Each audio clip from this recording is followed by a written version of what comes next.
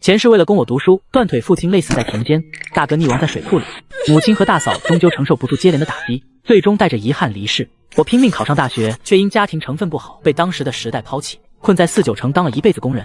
这件事也成了我一辈子的心病。最终我含恨中，等再次苏醒过来，耳边传来了熟悉的声音：向阳，娘想求你个事儿，你能别去上学了不？什么上学不上学的？我不是嘎了吗？还上什么学？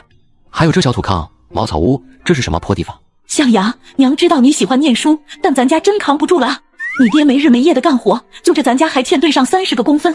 你大哥跟你大嫂养2个娃已经拼了半条命了，就算是累死也养不住我和你爹。娘求求你，你别上学了行吗？听到这痛苦的哭喊声音，林向阳身体一僵，不敢置信地抬头看向面前苦苦哀求的女人，再看看周围那陌生又熟悉的环境，还有旁边一个劲儿叹气的父亲。我这是重生了？难道我也赶上穿越的快车？行了，哭哭啼啼的烦人，不就是断条腿吗？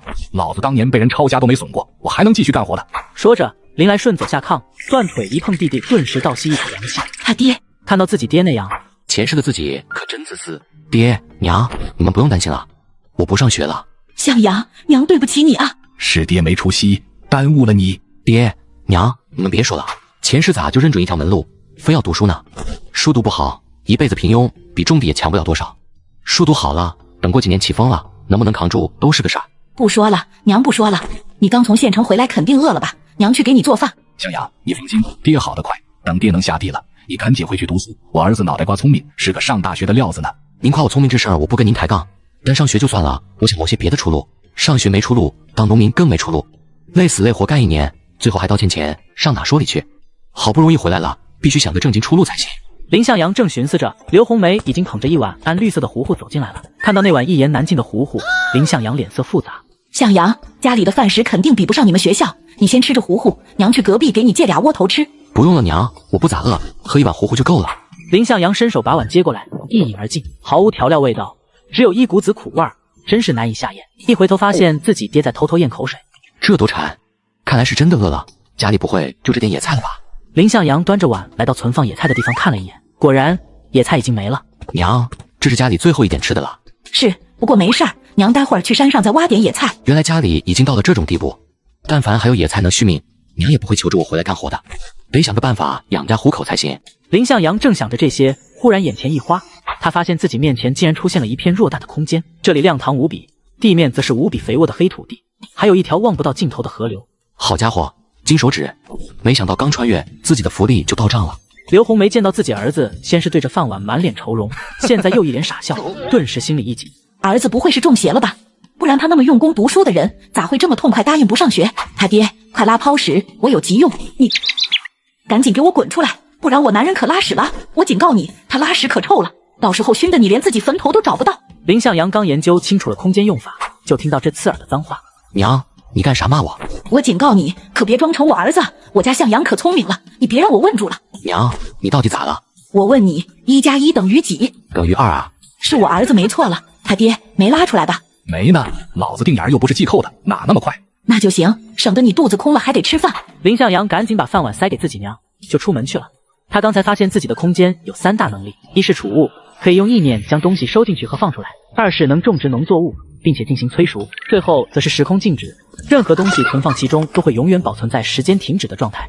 这要是种上野菜，那自己家可就有吃不完的苦了。还是想想去哪学摸点种子来。林向阳正发愁，却听到一声怯怯的呼喊：小叔，娘说让我给你送个窝头来。他扭头看去，发现是大哥家的小妮子林秀宁。小妮子，快过来让叔叔看看，前世一直在外面上学和打工，1年见不到几次，后来这妮子因病早夭，更是看不到了。小叔，你别打我行不行？我真的是太饿才偷吃的，我长大后还你一个窝头行吗？林向阳一愣，这才看向小妮子手里的窝头，发现在底部位置缺了一块。看着哭得上气不接下气的小妮子，林向阳一把给抱起来，然后就心中一惊，这妮子怎么那么轻？这哪行啊？不哭不哭，小叔不会打你的，快吃吧。我娘说了，这是给小叔的，不让我吃。那好，小叔拿着。林向阳在小妮子恋恋不舍的眼神中拿过窝头，又递还回去。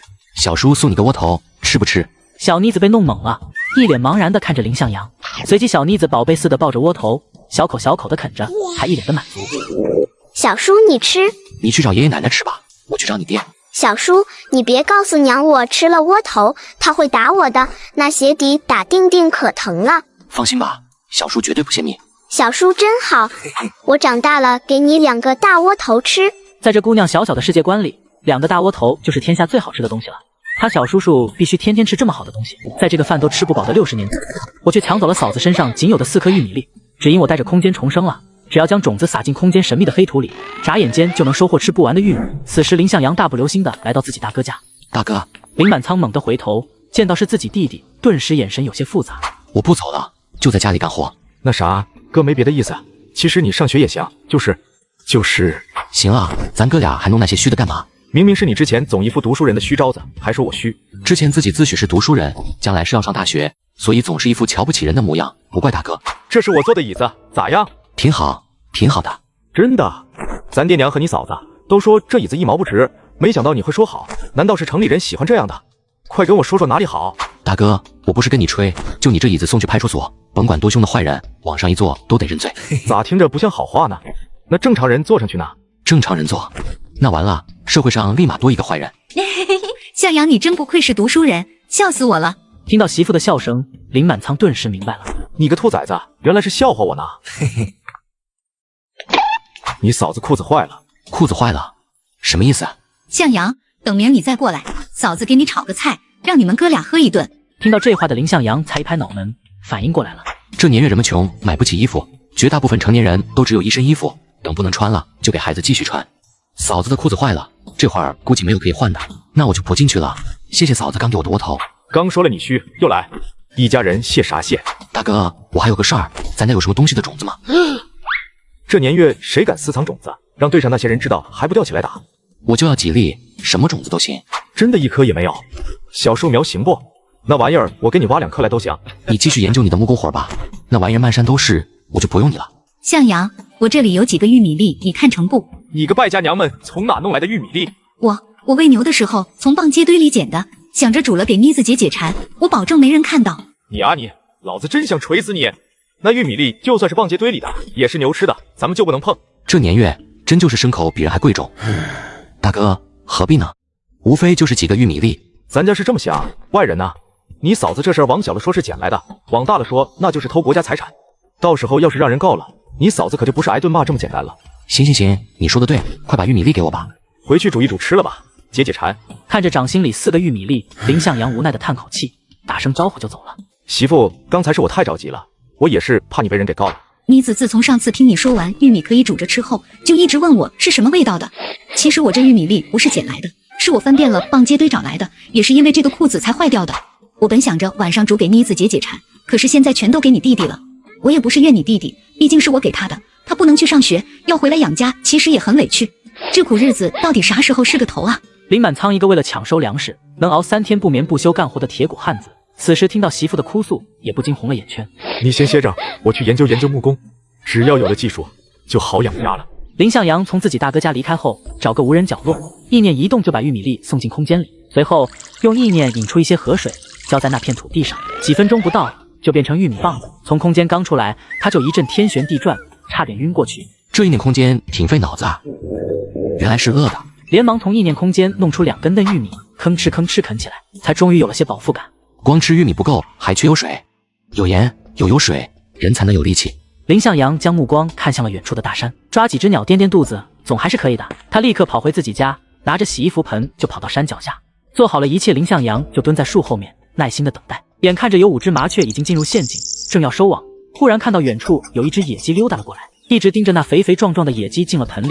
林向阳猛地一拉柳条，立刻冲过去，手伸进盆里，摸到什么就收进意念空间。1个下午的时间，林向阳就抓了5只野鸡，35只麻雀。等回到自家门口外，他找了个没人的地方，才把野鸡全都拿出来，拎着进门。这时却听到屋子里隐隐约约的传出哭声。男人第一次进山打猎，靠着几个玉米粒，竟然打到了5只野鸡。本想回家改善生活，没想到家里却传来了哭声。咋了？娘，你们哭啥呢？出啥事了？小叔回来了，小叔没被我气跑。向阳，你没回学校啊？回学校？我回学校干啥？不都说不念书了吗？这不是你一下午没回来，我们还以为你早上是糊弄人，其实是悄悄跑了呢。小叔，我以后不跟你抢窝窝头吃了，我长大后给你3个窝窝头，你别走了好不好？我不想让奶奶和娘再哭了。行了行了，人都回来了，还哭啥哭？孩子他娘，快去做饭，老子饿死了。向阳，你出去一下午肯定累坏了吧？先坐下歇会儿，娘去村里借点玉米面给你做窝头吃。娘，你们看这是啥？这可是我一下午的战果。哎呦，我的亲娘啊！满仓是野鸡。你们两个傻货喊啥呢？一会儿把治保队喊来了。向阳，你从哪弄的鸡啊？不是偷的吧？哥，这是野鸡，不是家养鸡，上哪偷去？还记得你给我那几个玉米粒不？我用它们做了个陷阱。原来晌午你跟我要那几个玉米粒不是解馋啊！我弟真聪明，我都想不到能这样。娘，这个鸡长得奇奇怪怪的，能吃吗？此话一出，屋子里几人又安静下来。这是林向阳抓来的，能不能吃，给不给他们吃，是林向阳说了算。满仓，妮子有点困了，我先带着妮子回家去了。这年月，谁家都没有余粮，尤其是这么好吃的东西，更不会有人往外分。所以王春兰害怕一会儿自己露出馋相会很丢人。娘，我不困。王春兰一把捂住小妮子的嘴，连忙往外走，看也不敢看那野鸡，怕眼泪会从嘴里流出来。林满仓也闷着头往外走去。你们走啥？我去做饭，待会儿咱们全家人吃。这一句话又给一家人整蒙圈了。向阳真的愿意把鸡分给我们一家吃吗？向阳什么时候学会做饭了？向阳太不对劲了，一会儿答应不读书了，一会儿又抓来野鸡，现在竟然还会做饭了。应该是晌午那顿骂不管用，果然还是要惯使吗？你们爱信不信吧，我现在就去做饭，今晚咱们全家吃肉。吃肉了，娘，小叔说能吃肉。满仓咋办？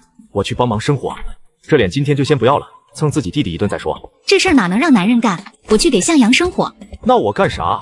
你跟向阳去嘎鸡，真是一堆没出息的货，看到肉馋得跟傻子似的。爹，你还说我呢？那哈喇子流的都比妮子多了。爷爷流哈喇子了，爷爷羞。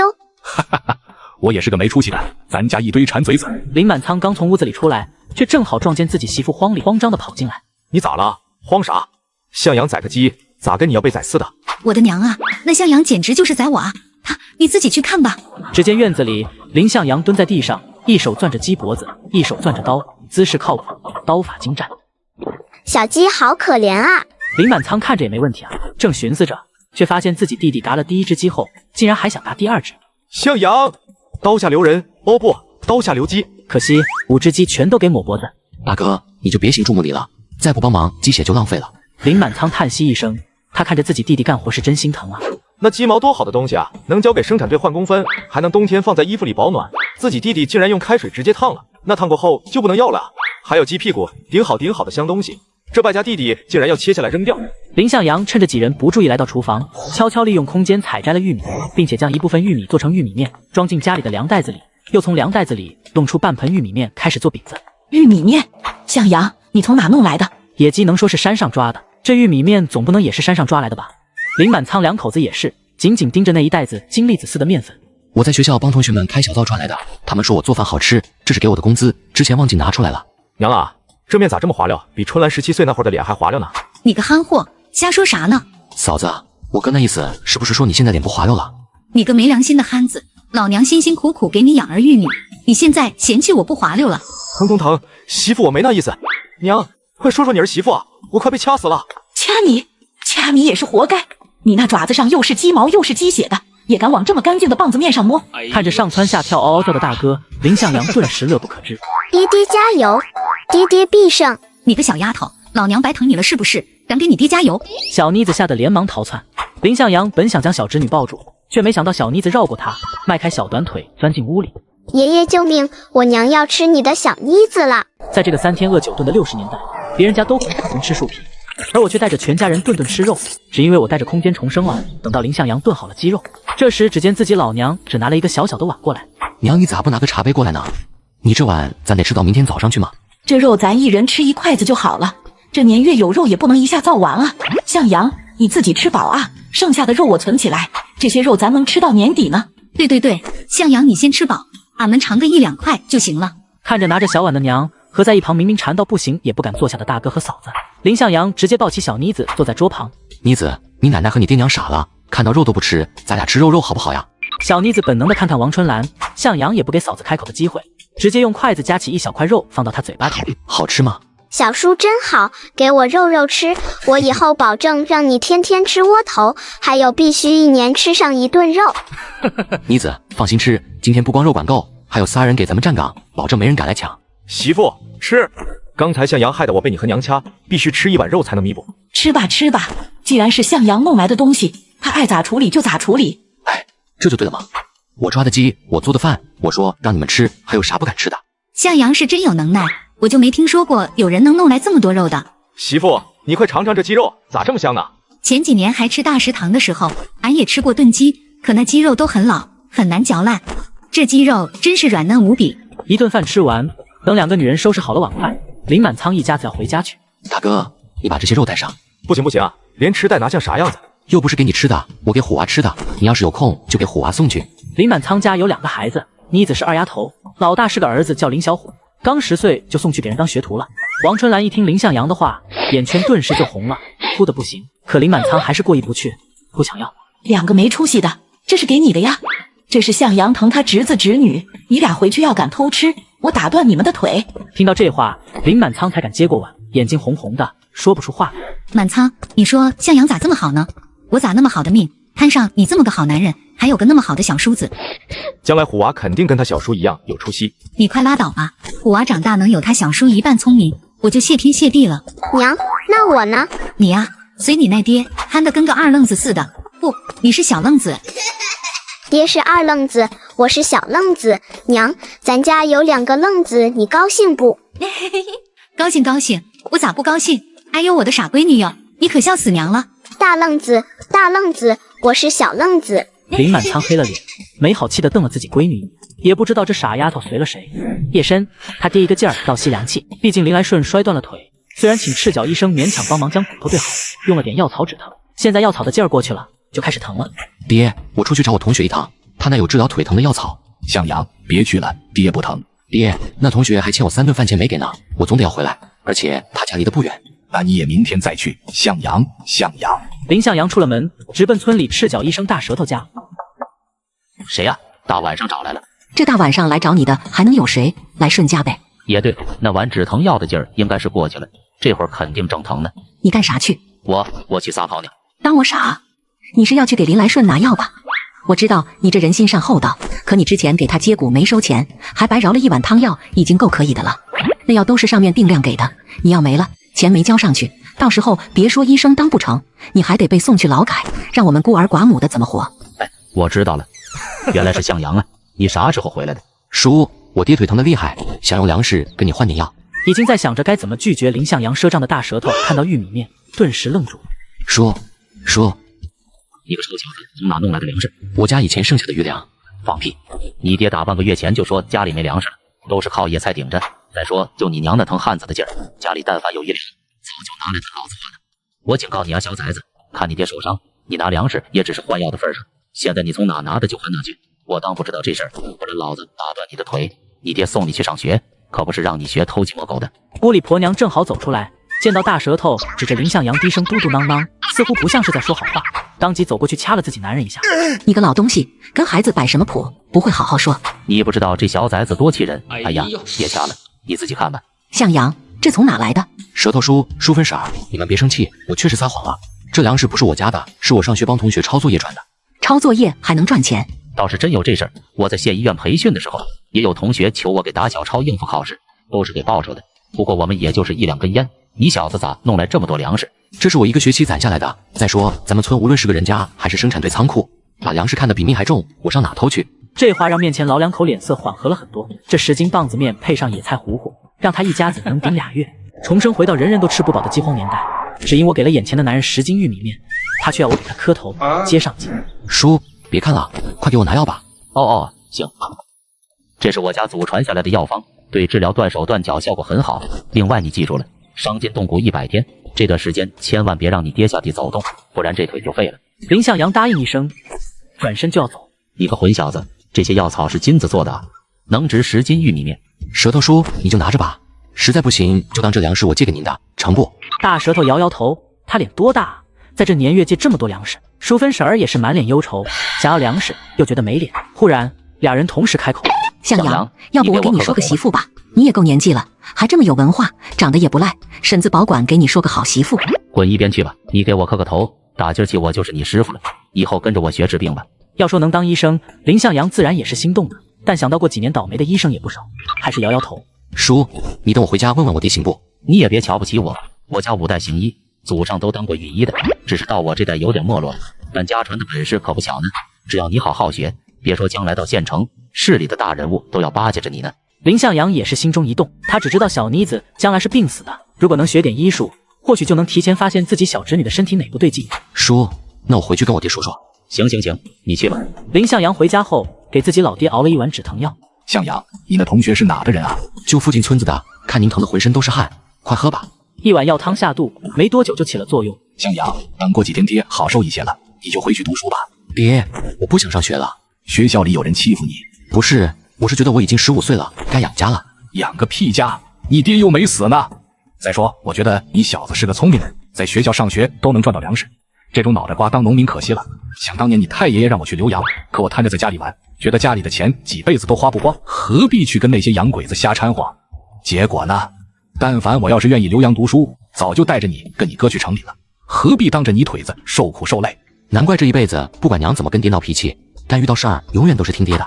爹，我不读书了，我去跟大舌头学医，你觉得行不？啊，你是打算拜大舌头当师傅？那老小子祖传5代的医术确实了不得，当初说是去县城培训，其实就是走个过场。培训他的那人还不如他经验多，虽然是个好出路，只是爹没办法帮你。爹，你别着急，刚才我用同学的粮食去找大舌头换药材，他说看我上回学脑袋瓜聪明，愿意收我当学徒呢。还有这好事儿？我说要回来问问您，明天他应该就会上门问咱家的意思了，到时候您就知道了。第二天一大早，林向阳起床时，发现自己娘已经不在家了，显然是又跟着村里人上山去学摸野菜去了。林向阳忙把昨天剩的炖鸡放到锅里，又弄了几个玉米饼子热上。一个馋嘴子，你娘上山挖野菜还饿着肚子，你倒好，就咱爷俩在家吃肉。爹，知道为啥说半大小子吃死老子吗？是因为我这个年纪增长身体需要营养呢。就你有理，以前咋没给你起名叫有理呢？嘿嘿，把肉和玉米饼子塞给自己老爹后，林向阳就端着碗跑出门了。这时门外传来脚步声。来顺在家吗？没去山上采野草啊？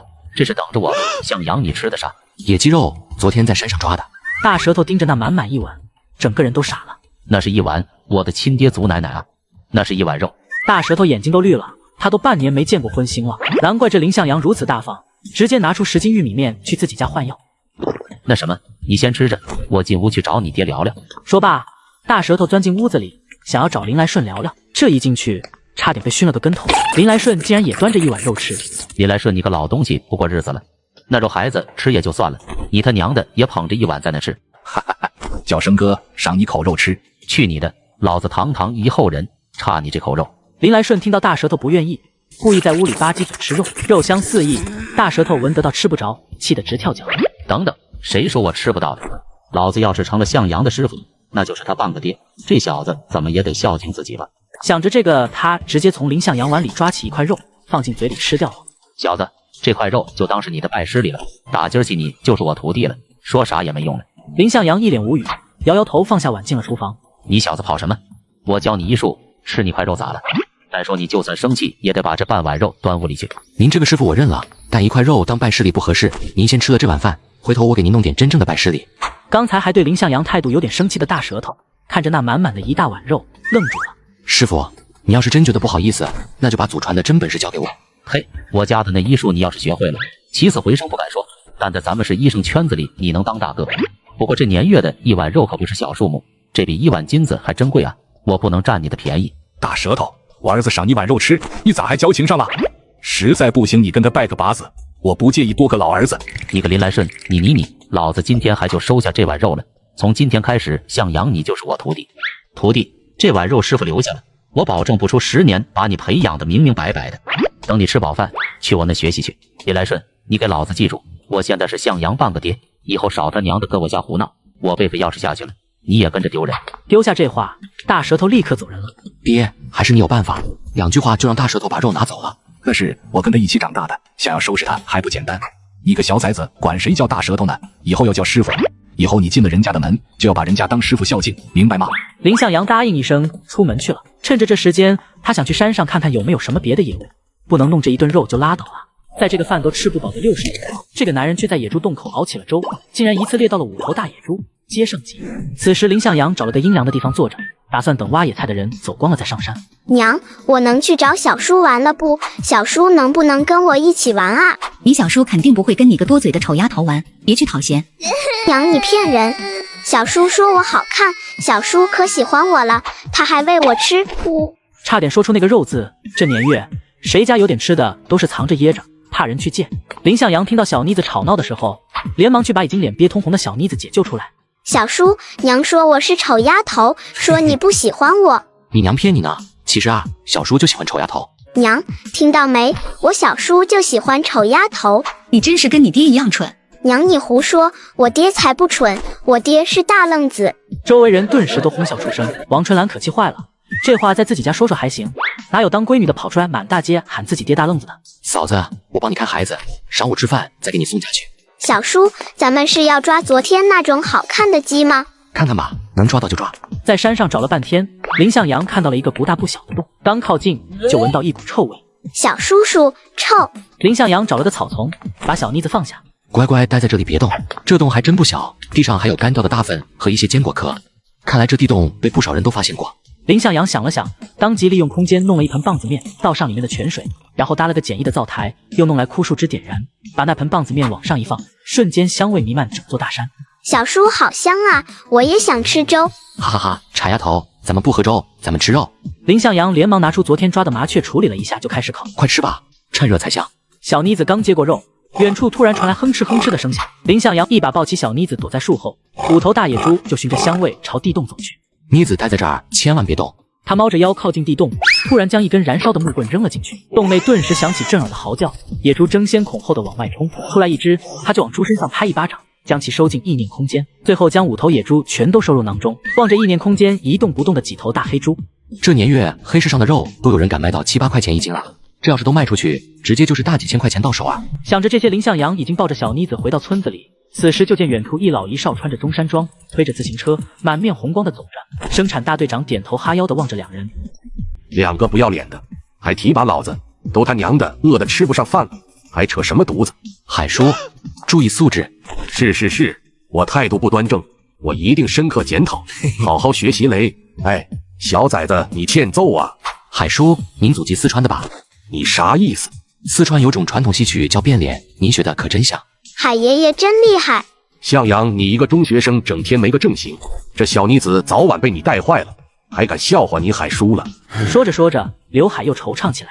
别以为海叔不知道，村里有人暗地里说我是狗腿子，只会巴结领导。那我要是不巴结，人家能批粮给咱，到时候随便2句话，种子少给一些，咱们村老的少的喝西北风啊。向阳，你好好读书，书不求别的，你将来出息了，别忘了村里就行。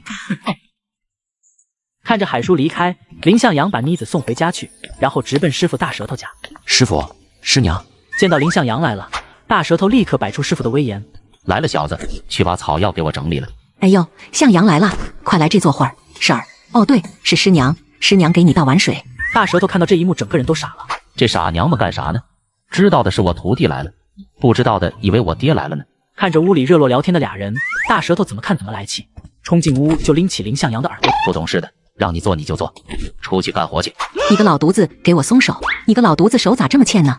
啊，你咋这么缺德呢？那向阳招你惹你了，给你那么多吃的，喝你家一碗水你不乐意了？师娘，我师傅不是那意思。向阳你别管，这老犊子就是欠收拾，分不清大小王了。什么叫分不清大小王？我是当师傅的，咋也得是个大王八。还大王八？你今天就算说自己是老王八也没用。向阳这么好的孩子，你要再敢上手上脚的，老娘饶不了你。什么王八不王八的，真难听，当着徒弟呢。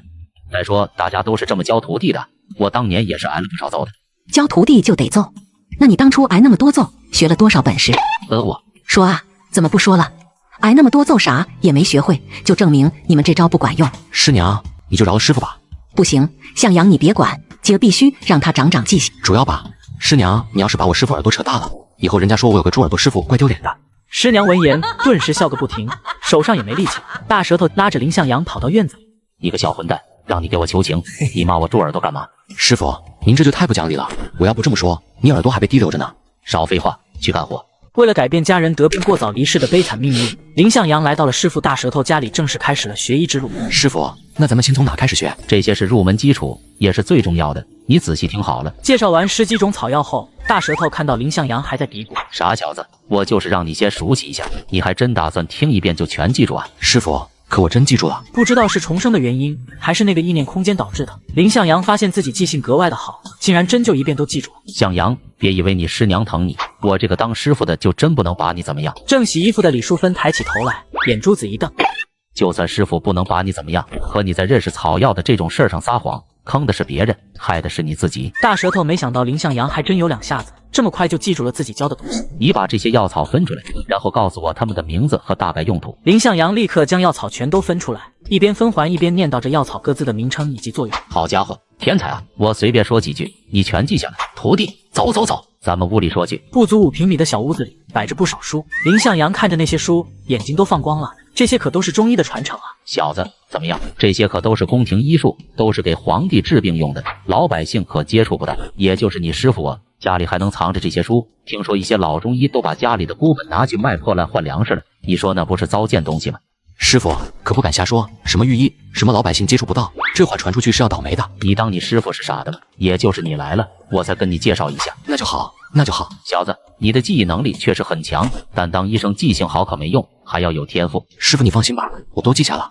那你看书吧，先从食药那本开始看，那是我家祖上编纂的，用来教新手认识草药的。大舌头丢下一句话，转身就出去了。等大舌头溜溜达达的来到院子里，舌头，你咋不教了？让向阳自己看书学能行吗？这小子太聪明了，我那点底子教不了2天就全都得给他学走。到时候这小子不得看不起我，就让他看书去吧，让我家老祖宗教导这小崽子，保证他一天下来就对我的医术服服帖帖的了。不要脸，那哪是对你的医术服帖啊，那是对你家老祖宗服帖。一样的。到了晚上，林向阳将一本食药全都看完了，才心满意足的合上书本。向阳，快来吃饭了。灶台边，师娘正在做饭，2个的孩子就蹲在一边，眼睛就这么直勾勾盯着灶台。锅里其实就是野菜糊糊加了一些玉米面，看上去比清汤粘稠一点。师娘又拿出林向阳给的那碗肉，拿出2小块骨头放在糊糊里涮了涮，等油花散在锅里后，又把骨头再拿出来。师娘，还是让我来做饭吧。去，捣什么乱？别跟你师傅学那些老规矩，咱家不兴那种把徒弟当牛做马的臭毛病，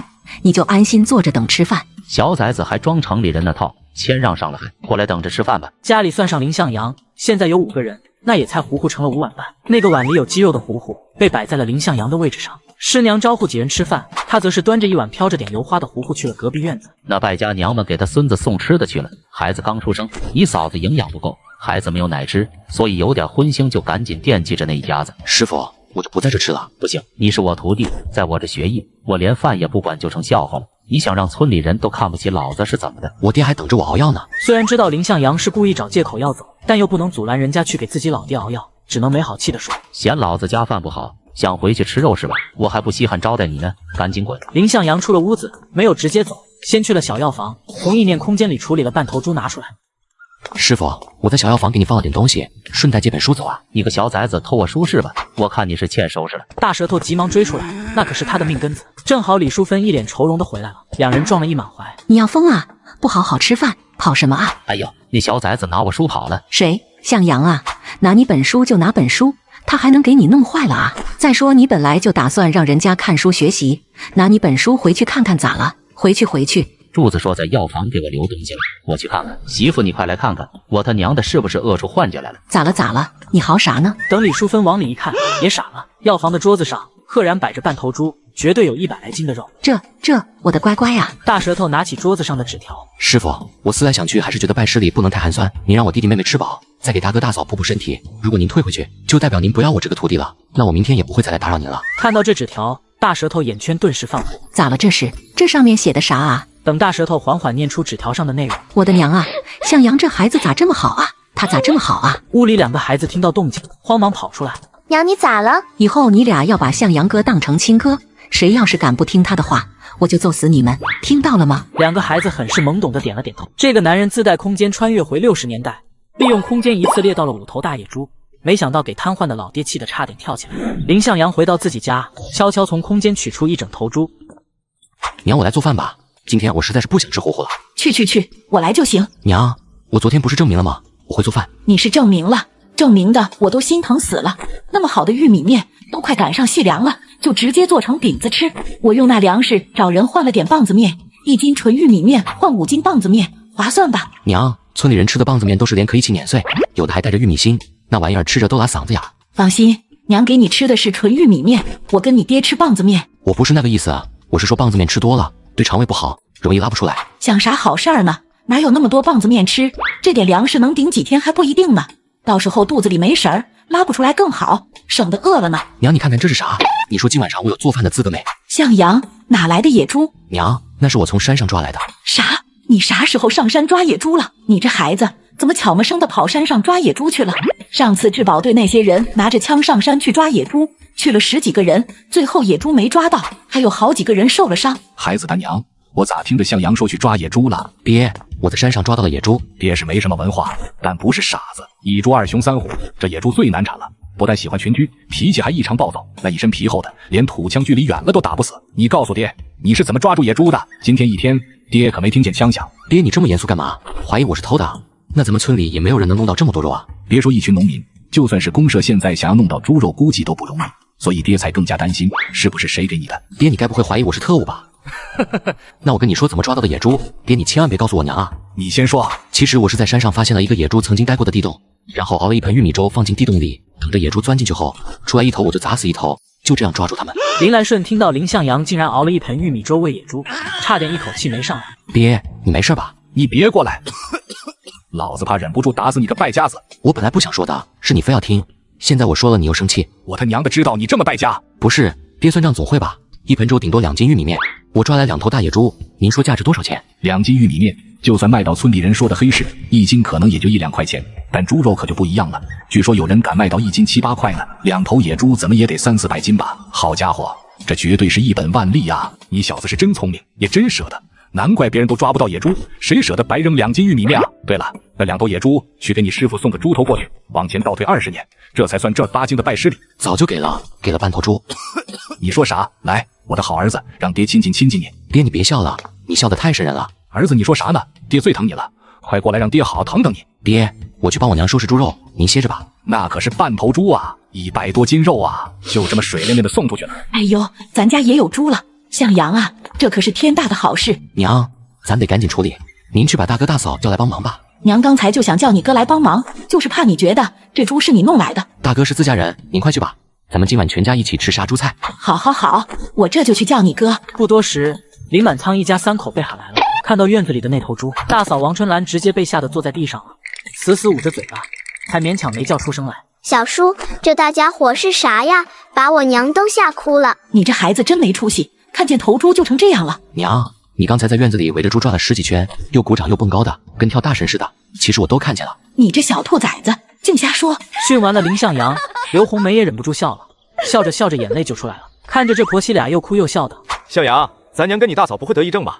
要不我先把他们捆起来，别让他们伤到自己。赶紧切肉，然后把肉腌一下，不然等放臭了，咱娘和我嫂子才是真的要癔症了。对，可不能浪费东西，不然要天打雷劈的。说着几人就开始忙活起来。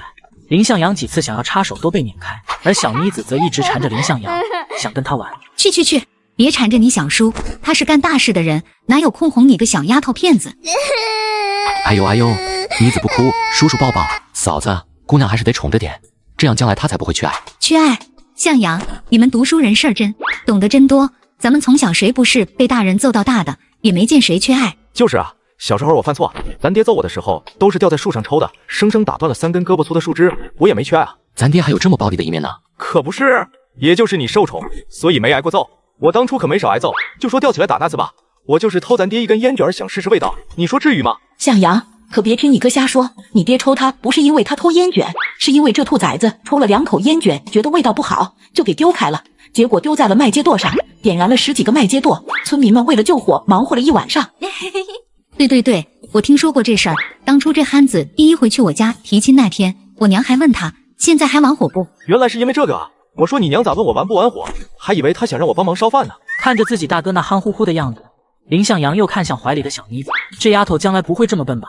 那可很容易被骗走的啊。来，妮子，小叔教你认数字，我念一句，你跟着念一句啊。林向阳就这样一个一个的教，一直念到10。记住了吗？啊，还要记住啊？怪我我忘记让你记住了，那我再教你几遍，看看你能不能记住。紧接着，他又重复教了5遍，又紧张地盯着小妮子问道：“这次呢，记住了吗？”小妮子看看林向阳手里的小木棍，又看看林向阳，别怕，就算你念错了，小叔也不会揍你的。可是小叔，我记得你这个小棍棍是我之前拉完粑后，奶奶给我擦屁屁用的。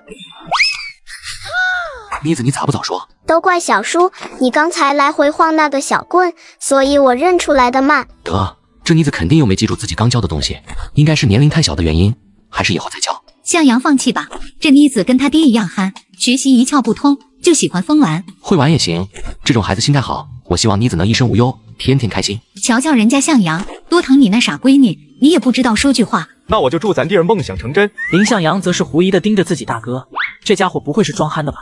这些猪肉林向阳有很多种做法，可惜空有肉却没有佐料。到最后，林向阳把大哥家的所有材料弄来，也才勉强做了一锅红烧肉。娘，我想吃肉。闭嘴！以后吃饭都要等你小叔先动筷子，要是敢没规矩，我就揍死你！你个小丫头，吃肉的大好日子，你在这给我哭嚎什么？要是敢把眼泪掉下来，看我今天抽不抽你！嫂子，孩子还小呢，妮子咱们不哭啊，小叔给你吃肉肉。向阳，别这么宠着他，将来宠坏了，到娘家是要被笑话的。他们敢？咱家妮子就是个宝贝，那是来咱家享福的，不管嫁不嫁人，谁敢欺负她？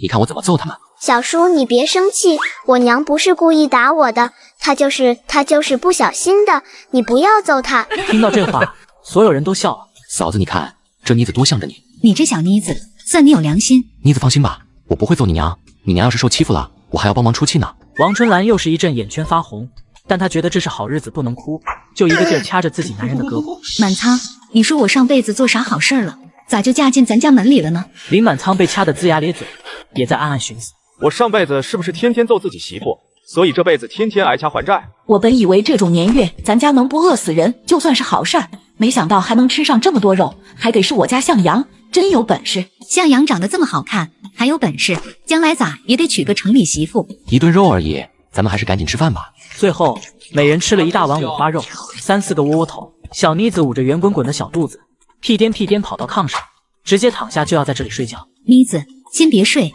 咱得回家了。我不走，我要跟小叔叔一起睡。就让他在这睡吧，反正炕上有地方。这不好吧？林满仓却拽了拽他的衣角。林向阳看着两人眉目传情，赶紧说道：“赶紧弄一碗肉给胡子送去，他整天干活的补不流水，再拿2件猪下水送给他师傅，让他师傅好好关照一下胡子。”王春兰还是连连拒绝，连吃带拿的那成什么了，拽起自家男人就走。你俩要是不拿，一会儿我自己送去，到时候我送的可更多。王春兰为难地看向自己婆婆，别看我现在向阳当家，他说啥就是啥。那行吧，不过我拿1碗肉就是了，猪下水可不能再拿了。出了门，林满仓让王春兰自己回家，他则是端着肉屁颠屁颠给自己儿子送去。一想到媳妇在家里等着自己，脚步就不由自主地加快。很快，林满仓到了邻村铁匠家。爹，你咋来了？给你送点好吃的。肉？爹，你咋又弄来肉了？你小叔抓来的野猪，给炖了一锅肉，快点再吃2口。不了，爹，我给师傅端过去吧，正好他老人家喝酒呢。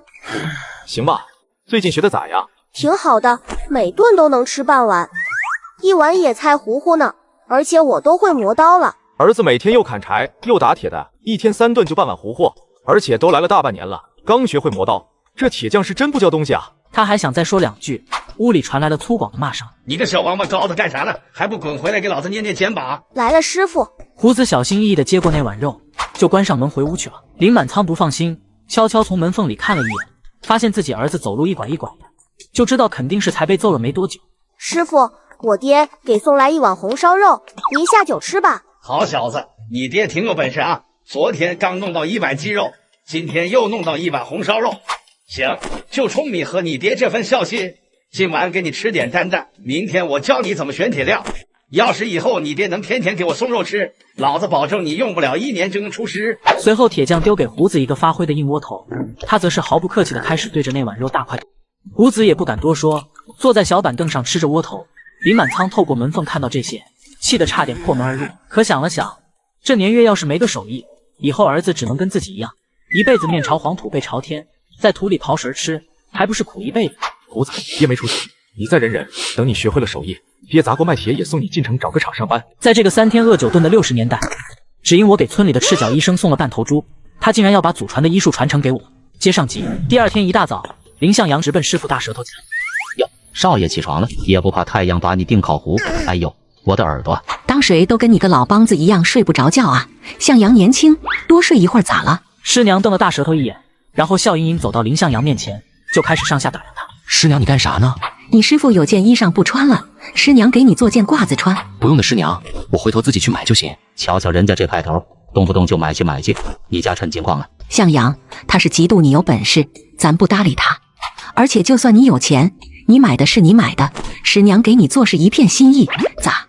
你嫌弃师娘家东西不好，还是手艺不好？师娘，我没那意思，我要衣服还不行吗？这还差不多。小崽子，你一来老子就倒霉。又不是我揪您耳朵，要不我把师娘叫出来给您赔罪。嘿嘿，滚，给老子滚药房去，我给你看个宝贝。等他俩进了药房，大舌头拿出一个紫檀木盒子。师傅，这盒子不少钱的吧？皇帝御赐，工部打造，据说光材料就值1000多两银子。你说现在多少钱？现在肯定是不值钱，但过个几十年卖个上百万是可以的。几百万？你个小混蛋也真敢说啊！我这不是顺着您的意思往下说呢吗？我就多余跟你个小崽子废话，这里面是我的家传医术。既然你说昨天的半头猪是真正的拜师礼，那这也是我真正要教给你的东西。林向阳好奇地看向盒子里，发现里面有好几样东西：一本失传的木猴医经，记载着许多后世未见的疑难杂症疗法，还有2包珍贵的金针和银针，放在当今价值连城。师傅，我刚入门，您就给我真正的传承，不再考验我了。再考验你，你师娘就要把我撵出家门，她亲自教你了。嘿嘿。再说这种饥荒年月，又眼看着要到冬天了，家家户户都想着囤粮，你小子却舍得把半头猪拿出来给我一个没权没势的赤脚医生，这种人品还有什么好质疑的？见师傅都这样说了，林向阳也就不客气了，痛快将东西收下。这东西还是放在自己这比较保险，省得将来被毁掉。昨晚的书呢？没给老子弄坏了？怎么可能？我这么爱惜书的人，您看一个角都没折。行，那你继续读书吧，我出去抽袋烟。看着那满柜子的书，林向阳决定用最短的时间看完这些医书，为自己打下结实的医道基础。瞧瞧咱这徒弟多爱学习，将来肯定比我强。话音未落，自家2个小孩嘻嘻哈哈的从门外打闹着跑进来。2个小崽子刚吃顿饱饭就赶出去了，指望你们继承老子的本事，下辈子吧。正好，秀秀、明明去给你们向阳哥倒碗水。知道了，娘。药房里，林向阳正看书呢，就见师傅家的2个孩子跑进来，一个把碗放到桌上，另外一个拎起水壶就倒水，又同时开口邀功。向阳哥，娘说要倒水，我给你拿碗了。向阳哥，水是我倒的。林向阳看着2个孩子扬起小脸盯着自己，他下意识摸了摸口袋，1分钱也没有，连块哄孩子的糖都拿不出来。晚上说啥也得去一趟黑市，去把猪肉卖了，换点家里用的和哄孩子的。林向阳正寻思着，迟迟没有喝水，让2个孩子有点紧张。向阳哥，你是嫌我俩脏吗？我刚才没玩泥巴，不信你看。秀秀伸出一双尚算白皙的小手，而7岁的明明也伸出沾满泥巴和尿味的手，显然是他刚用尿和泥巴碗，真要喝了这碗带尿的水，谁又能安抚他受伤的心灵呢？喝水着啥急啊？我刚才突然想到一个好玩的游戏，走，我带你们去玩去。这个游戏叫套房子，我教你们玩。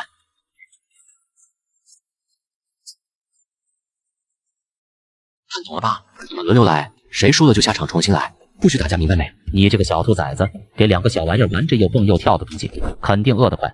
今天晚上又得吃老子好多肉。师傅，那些肉你就吃吧，我还能抓呢。向阳，这年月谁都不好过，你拿2次肉，已经算是拜过师了。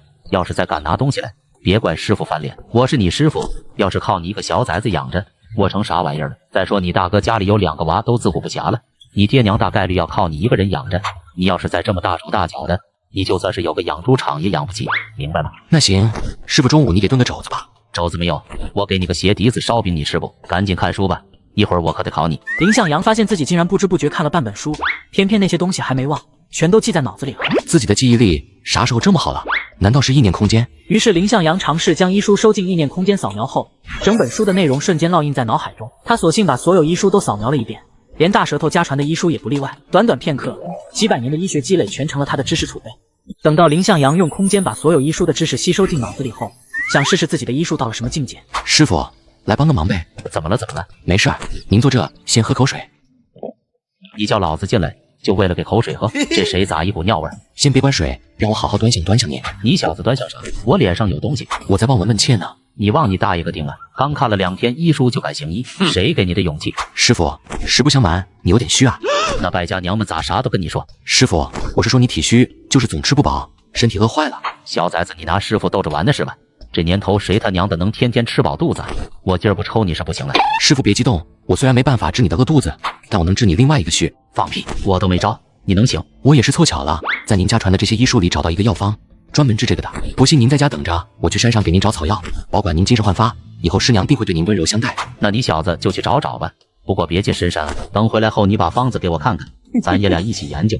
到时候做出东西来就送公社去，看能不能给你小子换几斤粮食回来。林向阳答应一声，就直奔山上跑去。按照脑海中的知识，很快找齐了所有的药草。你咋弄了这么多？我怕一次做不成功，多弄些备用。行，那你把方子拿出来，我研究研究，跟你一起弄。林向阳按照记忆，在书架上找到记录药方的书，递给了自己师傅。随后他开始清洗草药，并且开始按照方子上教的处理。看着林向阳那熟练而流畅的动作，向阳，你以前学过医术？这话问的林向阳也一愣。难道说那些知识进入大脑自动形成肌肉记忆了？没学过，但我在县城里偶尔会为了混个窝头吃去医院帮忙，所以看多了就会了。你小子倒是聪明，知道医院不缺吃的，去那确实能混到些许油水。等了半个小时左右，药汤终于熬好了。师傅，尝尝。行，为了你小子我豁出去了。方子上说这药会有点刺激效果，我这喝下去没啥感觉啊。可能需要等一会儿吧，我先去收拾东西。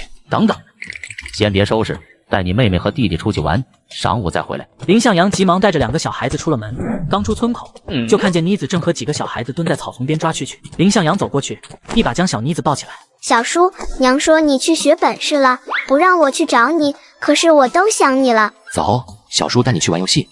你把我媳妇放下来。谁是你媳妇？就她，李妮子。滚蛋！我家妮子不嫁给你。我娘都说了，妮子长大要给我当媳妇的。妮子，你快下来，我带你抓蛐蛐，一会儿我烤完了给你吃半个。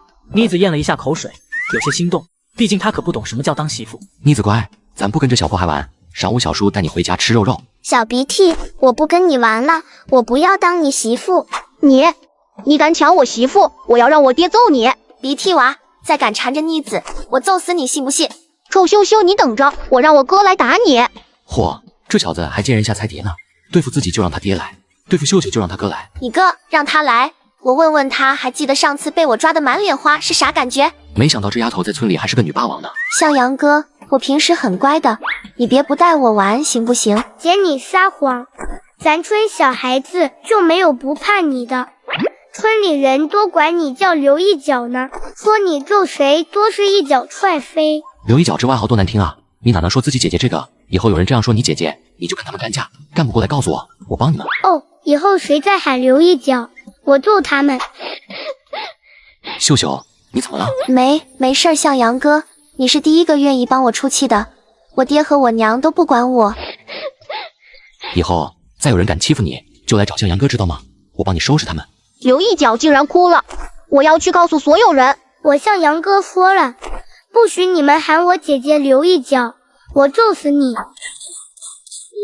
你等着我找我爹去。弟弟你真好，以后你做啥姐姐都不生气，不会再揍你了。真的吗？那我之前玩你头皮筋掉茅坑里的事情，你也可以原谅吗？哪一根？姐姐你傻了，你不就头上那一根猴皮筋吗？我揍死你！好了，咱不生气，回头哥给你买个漂亮的发卡，咱们不要这猴皮筋了。真的吗，向阳哥？当然是真的，我明天就把蝴蝶发卡给你带来。向阳哥，你是全天下最好的哥，比我亲大哥都要好。姐，那你有发卡了，头上的猴皮筋能送给我不？妮子，你寻思啥呢？小叔，我也想要发卡，我也喊你向阳哥，你能给我一个不？你这傻丫头，咋还给你爹妈降辈分了呢？行，我给你买一把发卡，行不？谢谢向阳哥。哎呦，笨丫头，你笑死我了！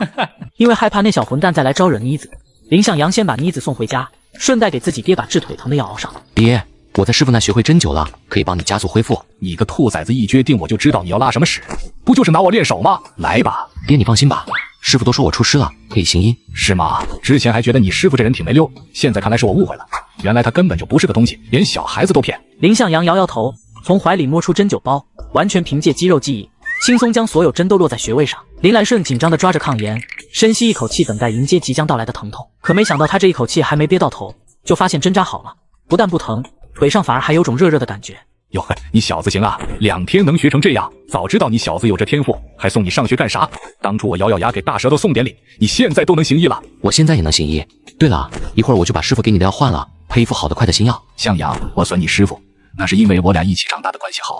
再说我们大人都是互相损着玩的，可你不一样，你是小辈，而且还是大舌头的徒弟。就算是你学得再快，本事再大，也不能瞧不起你师傅。我没瞧不起他。那换药的事情，你师傅知道吗？这种事儿，你是不是应该过问一下他？林向阳挠了挠头，觉得这话很有道理。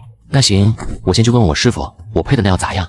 还得是你啊，爹！要不是你提点，我都把我师傅得罪了。臭小子，真他娘的有本事！林向阳本以为自己师傅该结束了，没想到等他回来，发现师傅家大门还关着。好家伙，那是药，又不是发条，怎么还没完了？又等了1个多小时，大舌头终于磨磨蹭蹭的开门了。你咋还等着呢？我都睡一觉了。我也刚回来，师傅咋样？跟你说句实话，我从来没见到你师娘这么听话过。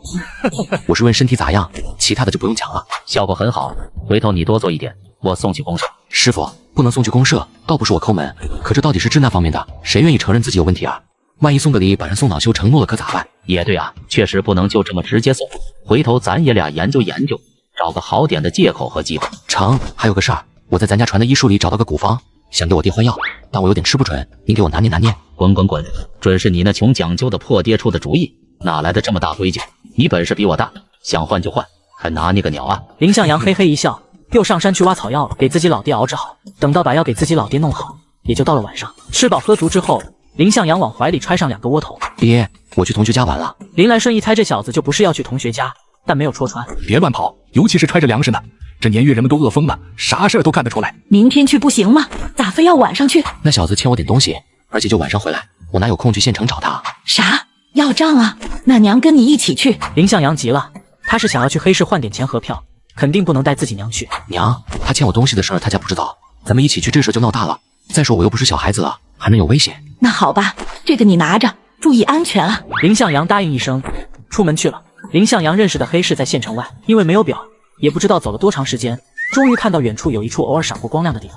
我操，终于到了，我腿都差点走断了。他低头找了找，发现不远处有个水洼，从里面弄了点水和泥，然后抹在脸上。他这才用意念空间弄了50斤棒子面，找个地方藏起来，这才闷头走进黑市。男人为了合理卖掉在空间种出的玉米，他连夜直奔黑市，没想到竟然卖出天价。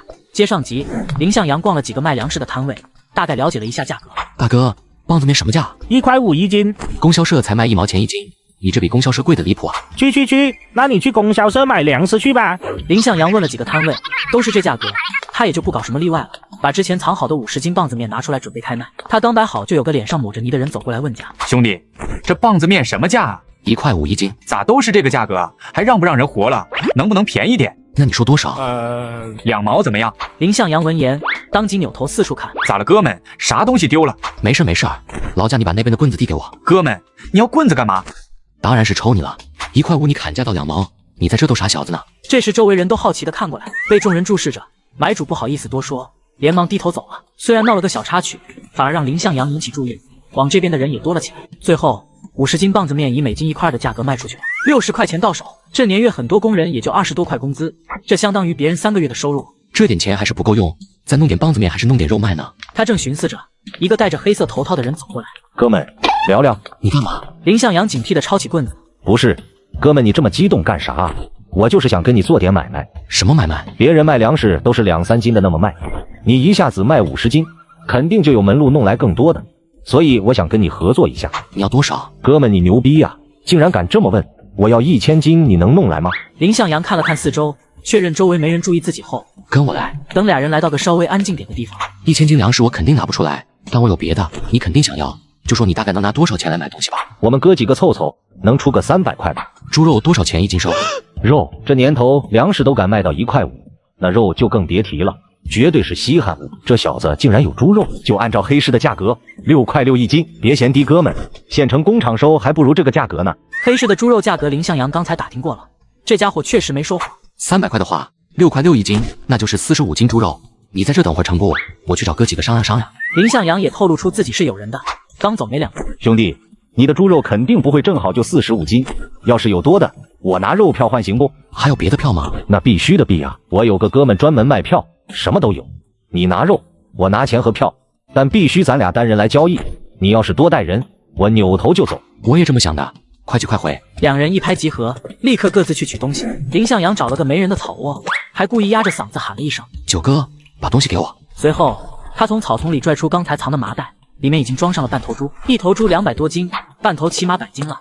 林向阳扛着麻袋走过来，刚才的头套男也来了，他身后大概几米远的位置，明显有人，对方也没隐藏位置，用手电筒照着，确认林向阳是自己来的。同伙这才缓缓向后退去，林向阳也对着身后远处丛林摆了摆手。人生如戏，全靠演技。兄弟，我验货成不？林向阳把袋子放下，给对方检查了一下，等确认是半头猪，头套男激动得直哆嗦，连忙称重，足足112斤。头套男死死攥紧了口袋，想要拿走。林向阳一把按住他的手：“哥们，有意思吗？”“对，我太激动了。这里是300块钱，你先收好。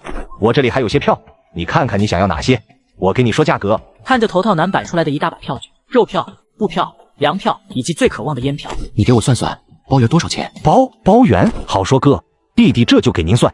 最后林向阳到手上100张票，也才花了97块，而那半头猪刨去300块钱的，剩下的也还价值442块呢。今儿就这么着吧，我先把多余的肉切下来。谁想头套男忽然拦住他，然后一狠心把头套拽下来。兄弟，你认识我不？你干什么？兄弟别怕，我是公安。林向阳看了一眼证件，确实不像是假的。现在这么难了吗？比你想象的更难。我家那老二饿得都浮肿了，走也走不动，天天在炕上喊着：“爹，我饿，我饿。”你是不知道看到自己亲儿子饿的那样是什么感觉，我都想去割自己的肉了。你一个月怎么也20多块工资呢吧？难道还养不住？你也是半大小子，你知道自己这个年纪有多能吃吧？再说我家有3个娃，还有老爹老娘要养，大家已经使劲节省了。哥，兄弟跟你说这事儿不是博您同情，是想求您让我先把肉带走，等我回去凑钱给您，这工作证就压您手里。明儿您去单位找我，我肯定认。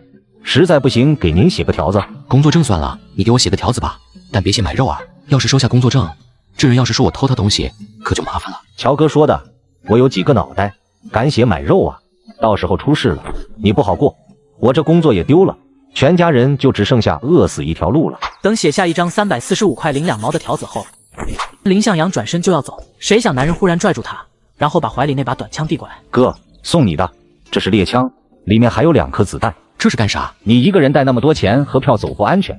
哈哈哈，别瞪眼睛，我好歹是个公安，要是连你的演技都看不穿，还抓什么犯人？男人笑着把枪塞进林向阳怀里，又跟他说了怎么用之后，就扛着麻袋走了。看着男人的背影，这家伙人品不错，明天去拿钱的时候再送给他个惊喜，也算是结个善缘。这个男人自带空间穿越回60年代，利用空间一次猎到了5头大野猪，没想到在黑市转手卖出天价。接上集，看着空间里的钱和各种票，林向阳心里也不再慌了，开始在黑市上闲逛起来。这不多少钱？不卖钱换粮食，这是纺织厂流出来的好料子。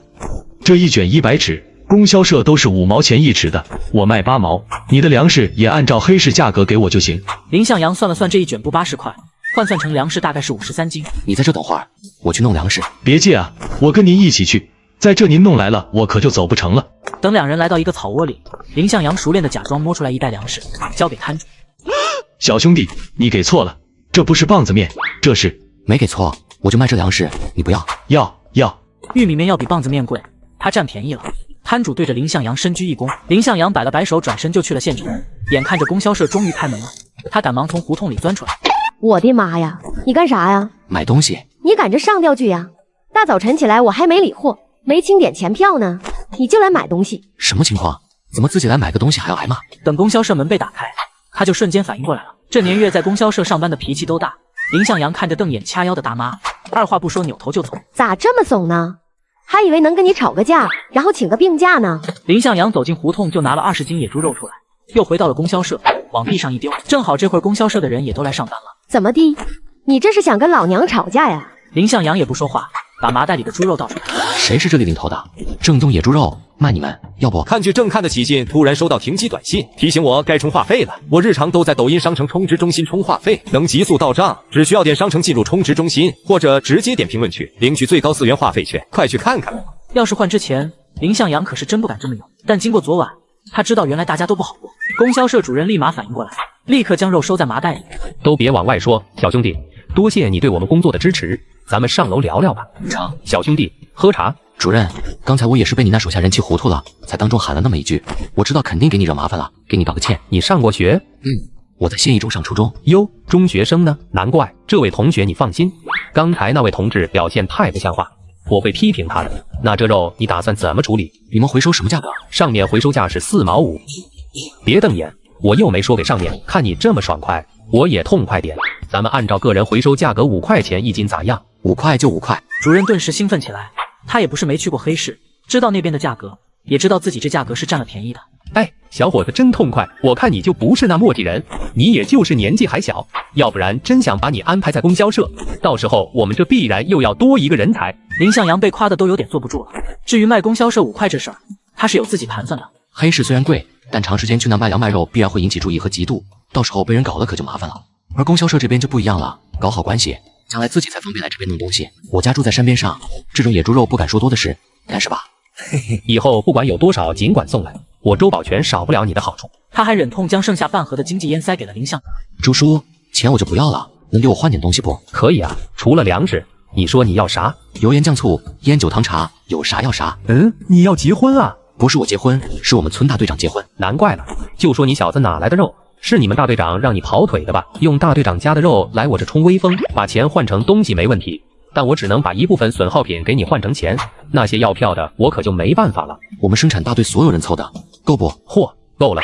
你们队够团结的。林向阳也不多解释，跟着周主任下来了。来2个人帮小同志拿东西。供销社的人们一听这话，就知道肉的事儿准成了，顿时围着林向阳，热情地问他要买什么。茉莉花茶给拿10斤，香油、酱油、细盐，所有调料全都来10斤，奶糖和那些水果糖块各20斤，各种糕点都给我来5斤，大前门给我来5条，不10条，二锅头给我来20瓶，糖水罐头来50瓶。